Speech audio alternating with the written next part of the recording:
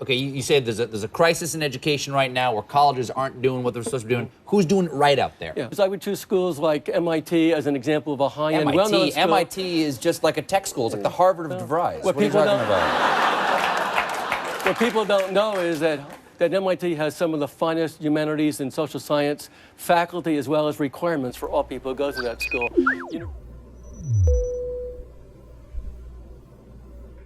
Good evening, Stephen. I'm Stu Schmill, the Dean of Admissions at MIT. I'm also a big fan of your show, and I know you value truthiness above all. That's why I was so troubled by your recent conversation with Richard Hirsch, because it was clear that you have a lot to learn about MIT. Which brings me to tonight's word, education. Now, Stephen, I know you like to think with your gut, but here at MIT, we prefer to think with our head. Now, you called us just a tech school, the Harvard of DeVry's. But let me tell you a little bit about MIT. Now, it is true that MIT has contributed tremendously to science and technology, from Technicolor to Texas Instruments, GPS to the human genome, and solved some of the world's most difficult math problems.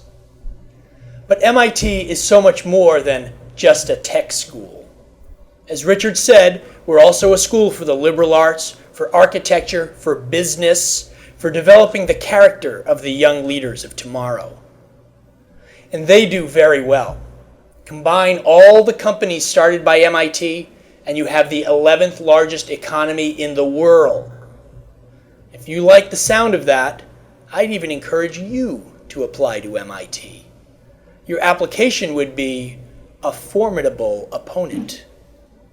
You see, Stephen, MIT isn't just a tech school.